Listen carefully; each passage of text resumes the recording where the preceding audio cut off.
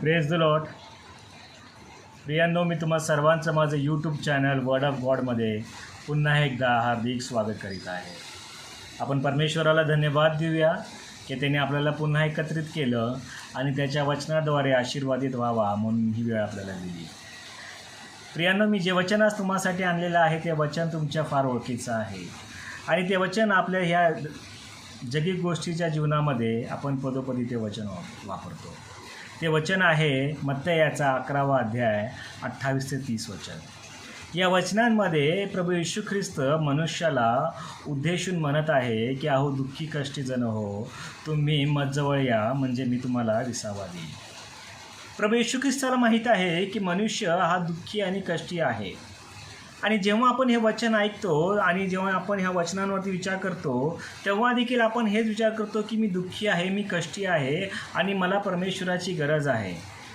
आपण जेव्हा दुःख कष्ट आपल्या डोक्यामध्ये येतात तेव्हा आपल्याला हीच कळतं की मी आजारी आहे, मला ह्या गोष्टीची कमतरता आहे किंवा मला जे काही मिळालेलं आहे त्या गोष्टीची कमतरता आहे आणि आपण त्याच गोष्टीच्या दुःखाबद्दल, त्याच गोष्टीच्या कष्टाबद्दल परमेश्वराकडे प्रार्थना करण्यास सुरुवात करतो की हे परमेश्वरा, मला ह्या गोष्टीचा त्रास आहे, मला आरोग्याची कमतरता आहे, मला ऐश्वर्याची कमतरता आहे, माझ्या ह्या गोष्टीमध्ये मी अपुरा पडत आहे. पण माझ्या परमेश्वराच्या लेकरांनो आपल्याला विचार करायची गरज आहे की प्रभू येशू ख्रिस्त मनुष्याला कोणत्या दुःख आणि कष्टाबद्दल उद्देशून बोलत आहे. जर आपल्याला आपल्या आयुष्यामध्ये दुःख आणि कष्ट करायचं आहे, कुठल्या गोष्टीचं दुःख आणि कष्ट या गोष्टीबद्दल विचार करायचा आहे.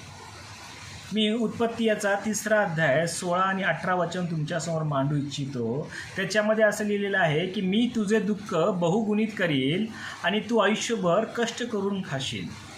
परमेश्वराने आदामाला ह्या गोष्टी बोललेल्या आहेत की मी तुझे दुःख बहुगुणित करील आणि तू आयुष्यभर कष्ट करून खाशील. उत्पत्तीचा जर तुम्ही पहिला सुरुवातीपासून वाचला तर तुम्हाला हे दिसून येईल की परमेश्वराने आदामाची जेव्हा निर्मिती केली किंवा आदामाने हवेला निर्माण केलं तेव्हा परमेश्वराने आदामाने हवेला एक आशीर्वाद दिला होता आणि त्यात म्हटले होते की फलद्रूप व्हा, बहुगुणित व्हा आणि आशीर्वादित व्हा. आणि परमेश्वराने आदामाने हवेला स्वर्गाचं राज्य दिलं होतं आणि पृथ्वीचा अधिपती म्हणून त्यांची नेमणूक केली होती. आणि आदाम आणि हवेने परमेश्वराच्या आज्ञा मोडण्यामुळे, परमेश्वराच्या आज्ञेपासून, त्याच्या आज्ञेपासून लांब गेल्यामुळे, पापामध्ये गेल्यामुळे ते परमेश्वराच्या उपस्थितीपासून दूर झाले होते. बघा, जेव्हा आदाम आणि हवा परमेश्वराच्या उपस्थितीमध्ये होते तेव्हा परमेश्वर त्यांना दिवसातून 2 वेळा भेटायला यायचा. किती मोठी गोष्ट आहे. स्वतः परमेश्वर त्यांना दिवसातून 2 वेळा भेटायला यायचा.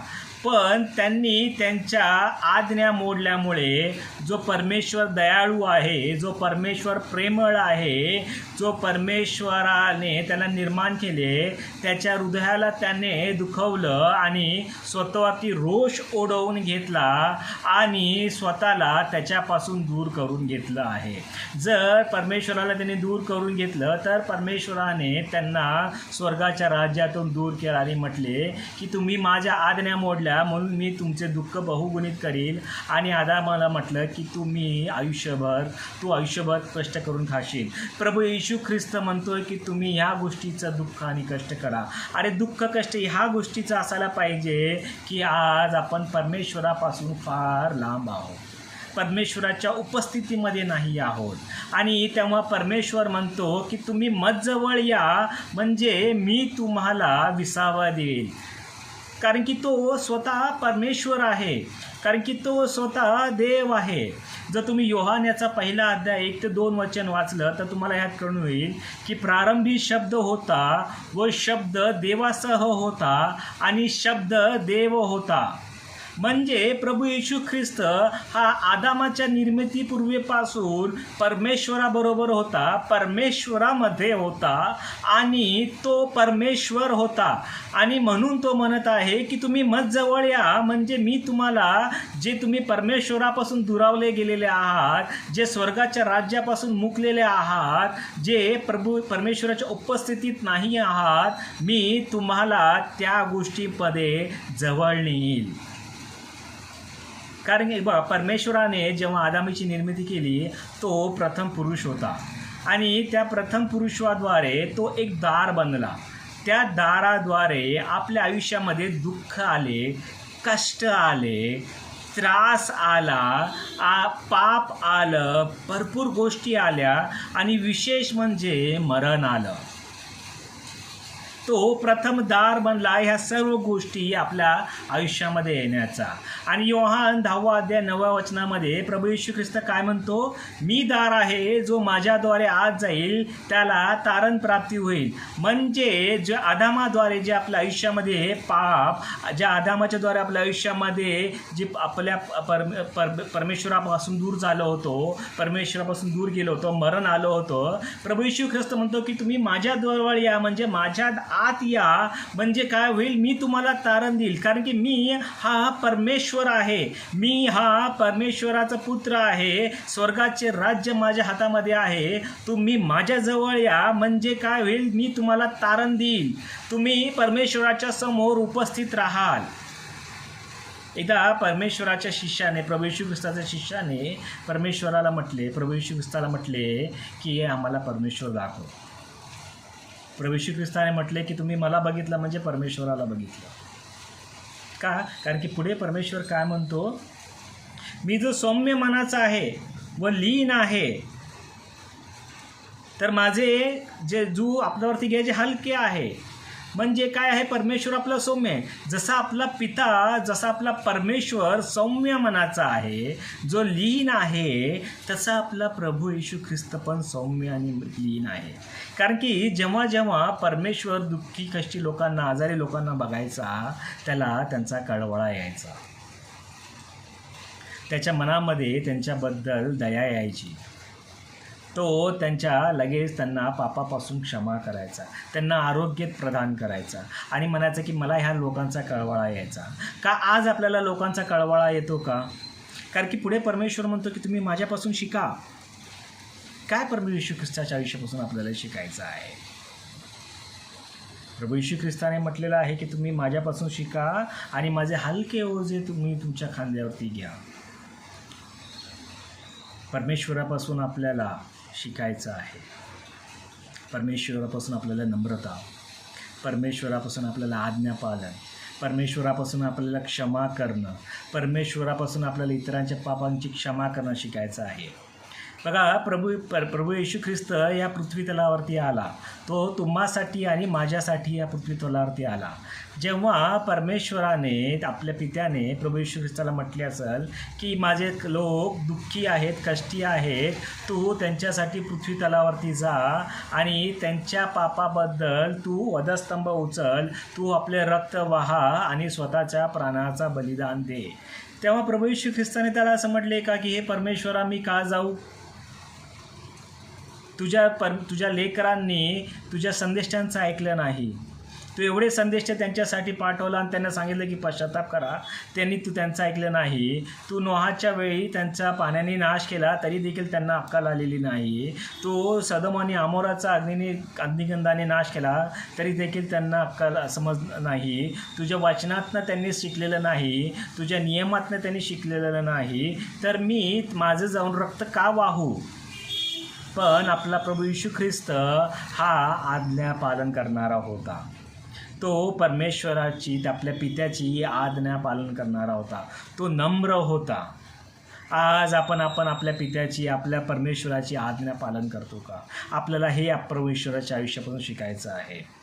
पुढे आपल्याला परमेश्वराच्या आयुष्यातून हे शिकायचं आहे की त्याची जी 3.5 वर्षाची मिनिस्ट्री होती, त्या मिनिस्ट्रीमध्ये त्याने फक्त आणि फक्त एकच काम केलं, म्हणजे आपल्या पित्याच्या राज्याची ओळख मनुष्याला करून दिली. तो नेहमी म्हणायचा की तुम्ही माझ्या पित्याच्या राज्यामध्ये या. तो नेहमी म्हणायचा की तुम्ही माझ्या पित्याला ओळखा. तो नेहमी म्हणायचा की तुम्ही माझ्या पित्याने जे शिकवलेले आहे ते पालन करा. माझ्या प्रियांनो, आज आपण देखील आपल्या स्वर्गीय पित्याच्या राज्याची घोषणा करत राहणं गरजेचं आहे. आपलं देखील परमेश्वराने जे आपल्याला काम दिलेलं आहे, आपल्याला जे त्याने आपल्याला आज्ञा दिलेली आहे की जा आणि तुम्ही माझ्या पित्याच्या राज्याची घोषणा करा, आज आपल्याला देखील तेच कार्य करायचं आहे. आपण वचन ऐकून शांत बसणारे नाही व्हायचं आहे. आज ते वचन आपल्याला विचार करायचा आहे की जे मी आज ऐकतो, जे मी आज ग्रहण करतो, ते मी माझ्या शेजाऱ्याला सांगतोय का? ते मी जाऊन माझ्या समोरच्या व्यक्तीला सांगतो आहे का? का मी माझ्या परमेश्वराच्या लोकांना ते बोलत आहे का? का जे सत्य आहे, जे खरं आहे, हे मी जगासमोर मांडत आहे का? कारण की आपलं शास्त्र सांगतं की आपला परमेश्वर हा सत्य आहे. हा आपलं शास्त्र सांगते की ज्या शास्त्रामध्ये लिहिलेलं आहे त्या सर्व गोष्टी ह्या योग्य आणि चांगल्या आहेत. त्या सर्व गोष्टी ह्या बऱ्या आहेत. का आपण जाऊन लोकांना ह्या गोष्टी सांगतो का? प्रभू येशू ख्रिस्ताने पेत्राला म्हटलं की माझ्या मेंढरांना चार. आज आपण आपल्या परमेश्वराच्या मेंढरांना चारतोय का? जे वचन परमेश्वराने आपल्याला सांगितलेलं आहे, ज्या वचनाद्वारे परमेश्वर आपल्याला बोललेलं आहे, त्या वचना आपण लोकांपुढे मांडत आहे का? का आपण ते फक्त वचन आपल्या मनामध्ये घेतो, ते वचन ग्रहण करतो, पण ते वचन आपण लोकांपुढे मांडतो का? त्या वचनांवर मनन करून, त्या वचनांचं ग्रहण करून आपलं प्रभू येशू ख्रिस्त, आपला स्वर्गीय पिता किती महान आहे ह्या लोकांना पटवून देत आहे का? जे खरं आहे आपण हे लोकांना पटवून देत आहे का? माझ्या प्रियांनो, आपल्याला हे कार्य करणं गरजेचं आहे. परमेश्वर म्हणतो की तुम्ही माझं हलकं ओझं घ्या. किती हलकं ओझं आहे? परमेश्वराची शांती, परमेश्वराची कृपा, परमेश्वराची दया जे त्याने आपल्याला दिलेली आहे, आपल्याला फक्त ती लोकांना सांगायची आहे. आपल्या कृतीद्वारे ती सांगायची आहे. तुम्हाला बोलता येत नाही, तुमच्या कृतीद्वारे ते करा. तुम्हाला लोकांना सांगता येत नाही, तुमचं वागणं तसं ठेवा की तुमच्या कृतीद्वारे तुमचा परमेश्वर हा लोकांना दिसून यायला पाहिजे. तुमच्या कृतीद्वारे तुम्हाला परमेश्वराचं राज्य तुम्ही लोकांपुढे मांडता यायला पाहिजे. आपण आपल्या वागण्यामध्ये, आपल्या बोलण्यामध्ये तो बदल करणं गरजेचं आहे. आज आपण तसं करणं गरजेचं आहे, कारण की परमेश्वराने आपल्याला ते सांगितलेलं आहे. प्रियांनो, ह्या वचनांद्वारे मी आशा करतो की तुम्ही फक्त ऐकणारे नसणार आहात. परमेश्वराचं आपल्याला राज्य पुढे न्यायचं आहे. आपल्या कृतीद्वारे आपल्याला प्रभू येशू ख्रिस्ताने जी दया आपल्याला केलेली आहे सांगायचं आहे. परमेश्वराने जे प्रभू येशू ख्रिस्ताचं रक्त आपल्यासाठी बलिदान म्हणून दिलेलं आहे, आपल्याला लोकांपर्यंत पोहोचवायचं आहे. बघा, आपला परमेश्वर फार महान आहे. त्याची दया आपल्यावरती सनातन आहे. दया आणि कृपेचं तुम्हाला मी एक उदाहरण देतो. दया आणि कृपा आणि दया म्हणजे समजा तुमच्याकडे 100 रुपये आहेत आणि कोणी येऊन तुमच्याकडे काही पैसे मागितले, तर तुम्ही त्या 100 रुपयातले जर त्याला 10 रुपये दिले, म्हणजे तुम्ही त्या मनुष्यावरती दया केली. पण जर कोणी तुम्हाकडे येऊन पैसे मागितले आणि ती 100 रुपयातले 100 रुपये काढून तुम्ही त्या माणसाला दिले, म्हणजे तुम्ही त्या मनुष्यावरती दया केली.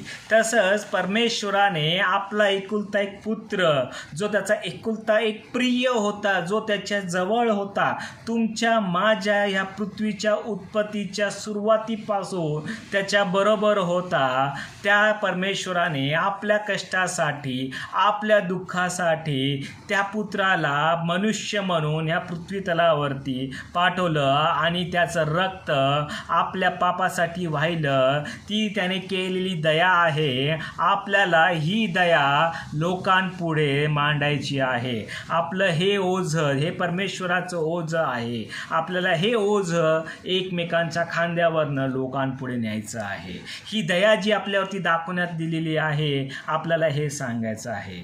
माझ्या परमेश्वरांच्या लेकरांनो, आपल्याला हे कार्य करायचं आहे. म्हणून तुम्ही जिथे पण असाल, परमेश्वराची दया तुम्ही सांगत राहा. लोकांना आव्हान करा की खरा परमेश्वर लोकांना सांगा. लोकांना आव्हान करा की तुम्ही सत्य जाणून घ्या. मी आशा करतो की तुम्ही ह्या वचनांच्याद्वारे आज आशीर्वादित झाला असाल. परमेश्वराने जे तुम्हाला अभिवचन दिलेलं आहे की आज आपण परमेश्वराकडे जाऊन जेव्हा आपण प्रार्थना करू, तेव्हा आपण परमेश्वराकडे म्हणू की हे परमेश्वर, आम्ही दुःखी आहोत, आम्ही कष्टी आहोत. का? कारण की आम्ही स्वर्गाच्या राज्यापासून दूर झालो आहोत. आम्हाला ही टोचणी आहे. तू आम्हाला तुझ्याद्वारे तारण दे.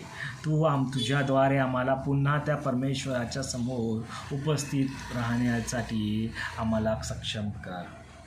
आपली प्रार्थना आपण ह्या गोष्टी करण्यासाठी, आणि आपण इतरांना देखील आवाहन केलं पाहिजे, इन्करेज केलं पाहिजे या गोष्टीसाठी.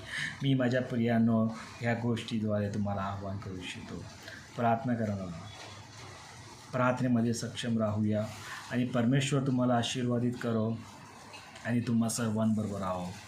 तुम्हा सर्वांच्या घरादारांवरती परमेश्वराचा तेज राहो, त्याची कृपा राहो आणि आपण एकमेकाला प्रोत्साहित करत राहू. प्रभू येशू ख्रिस्ताच्या नावामध्ये मी तुम्हाला निरोप घेतो आणि माझं वचन संपवतो. आमेन.